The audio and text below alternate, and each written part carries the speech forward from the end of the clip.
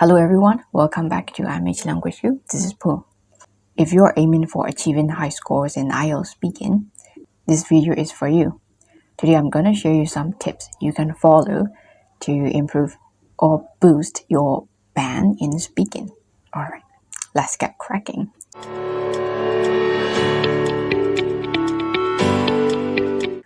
Number 1, practice with the exam structure regularly.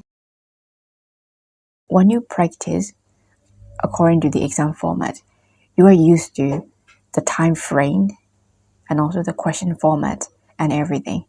That will help you reduce your maybe exam stress. Getting used to it will allow you to speak more comfortably without worries about the time limit or anything that might come up unexpectedly. Let's say you're answering speaking part 1 questions. You are saying too much, or if you're giving too much example in part 1, you may probably be interrupted by the examiner.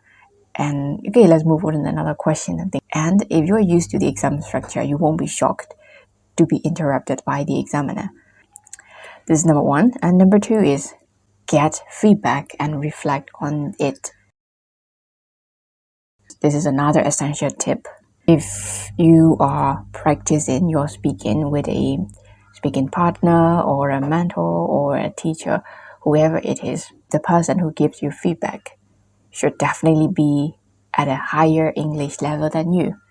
It would be even better if he or she has the experience of taking the test or know how to give constructive feedback.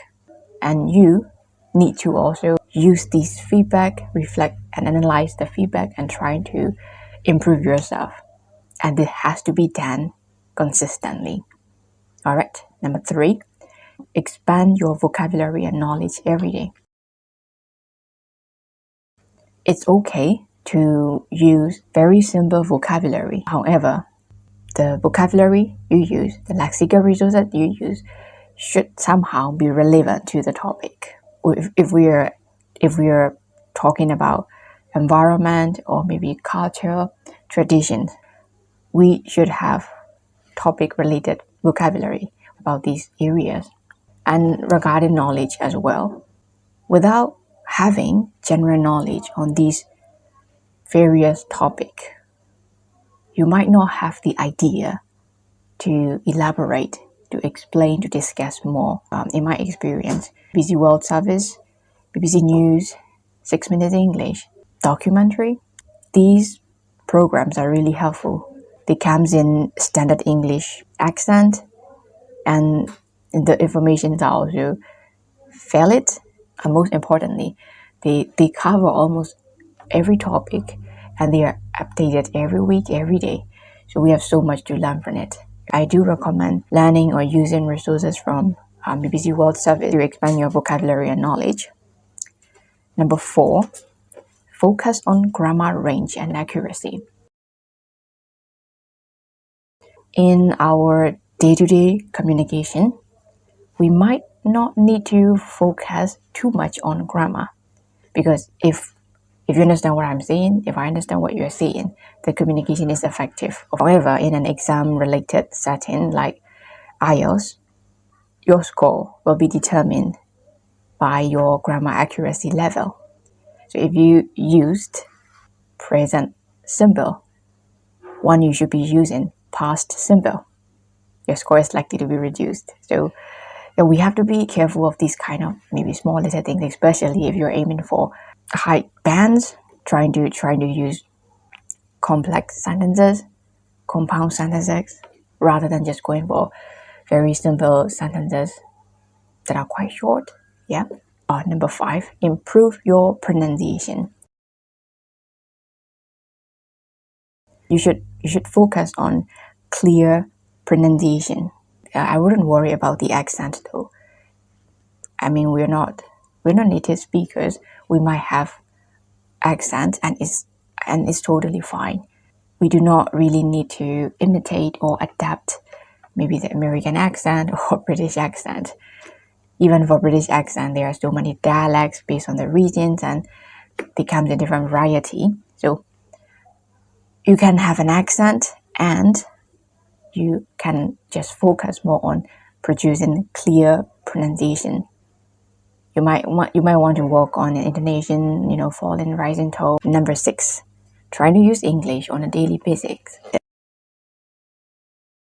It is like, practicing our muscle memory and nurturing a habit. When we are using English on a day-to-day basis, somehow everything that we say, the way we sound, the way we express, it all comes naturally. The more time you have, the better, of course. So if you have 1 month, 2 months, whatever it is, so use your time wisely. Make good use of every minute, every day you have by talking in English, by speaking in English to people, yes, who also have the same English level as you, or maybe who are at a higher level than you. Okay, this could also help you a lot. Number 7, manage speaking anxiety. This is what we often experience in an exam-related setting. Because I have seen some students who can really elaborate their idea well, who can present their idea really well in the classroom. However, when they are in the exam room, they feel stressed, they have panic attack, anxiety, and they run out of ideas because of speaking anxiety.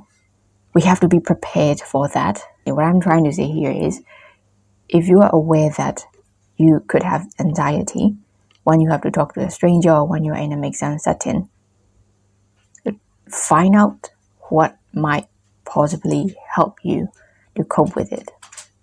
In my case, I would, if I feel like someone or some situation is giving me this anxiety attack, I try to change my perspective. In an exam setting, I have to talk to the examiner. The examiner is asking me questions, and it can really be nerve-wracking because it makes me feel very anxious. However, since I try to change the perspective of seeing the examiner as someone who is giving me score, or who is trying to assess my speaking skill, I would think of him or her as a friend or as my little sister who wants to know things, who wants to know how I see the world. So trying changing this perspective help a lot, and I think this helped me reduce my speaking anxiety.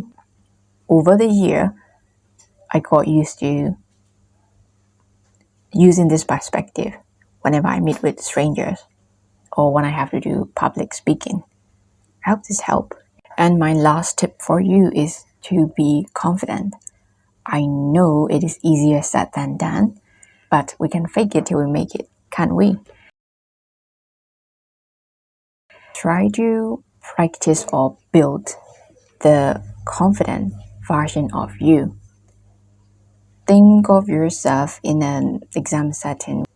Make sure to practice your sitting posture, or the way that you will be looking at the camera, and the way you would, be using your hand gesture. Are you going to put your hand like this on the table, or are you going to use some gesture, maybe from time to time? So maybe try to also focus on these kind of things to look confident. I believe in the saying that confident is the best makeup, but don't look overconfident, of course. We might not want to give the wrong impression on the examiner. Today I've shared you 8 tips that you can follow for speaking test. I hope you find these tips useful. Take care of yourself and good luck. Bye-bye.